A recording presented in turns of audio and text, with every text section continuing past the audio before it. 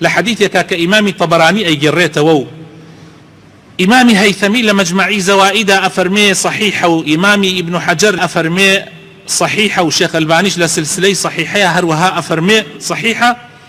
كابرايك هات لاي في غمري إخوة صلى الله عليه وسلم وتي أي في غمري إخوة من أبا يبقر موبلا إخوة بس جناح نما والنيكم أوي في بوتري جناح وبخيال ما هاتبي من كردمه أي تشيب كم بۆ مەیە تەوبە بکەم و بگەڕێمەوە. پێغەمبەر صلی الله عليه وسلم فەرمووی شایەتی ئەهێنی شایەتمان ئەهێنی بەوەی کە خوای پەروەردگار تاک و تەنیایە و هیچ کەسێک شایستەی ئەوە نییە بیکەی بە هاوبەشی خوا. وتی بەڵێ، وتی شایەتی ئەدەی بەوەی من پێغەمبەری خوام پەیامبەری خوام. کابرا وتی بەڵێ شایەتی ئەدەم کە خوای تەعالا ئەڵڵا شایستەیە بە تەنیا بپەرسرێ و کەس نەکرێ بە هاوبەشی، هیچ شتێ نەکرێ بە هاوبەشی لە پەرستنیا.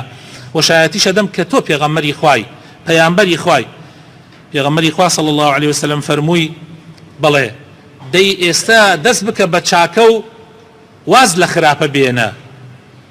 ئەو کاتە خوای تەعالا چاکەکانت بۆ ئەنووسێ و خراپەکانت ئەسڕێتەوە.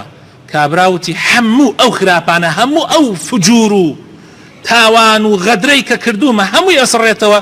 پێغەمبەر صلی الله عليه وسلم فەرمووی بەڵێ هەمووی ئەسڕێتەوە. ئەڵێ کابرا لە خۆشیانی ئەزانی چی بکە. بەدەمی الله ئەکبەرەوە خوا حافیزی لە پێغەمبەر کرد و صلی الله عليه وسلم و ڕۆیشت بڕیاری تەوبەکردنیدا.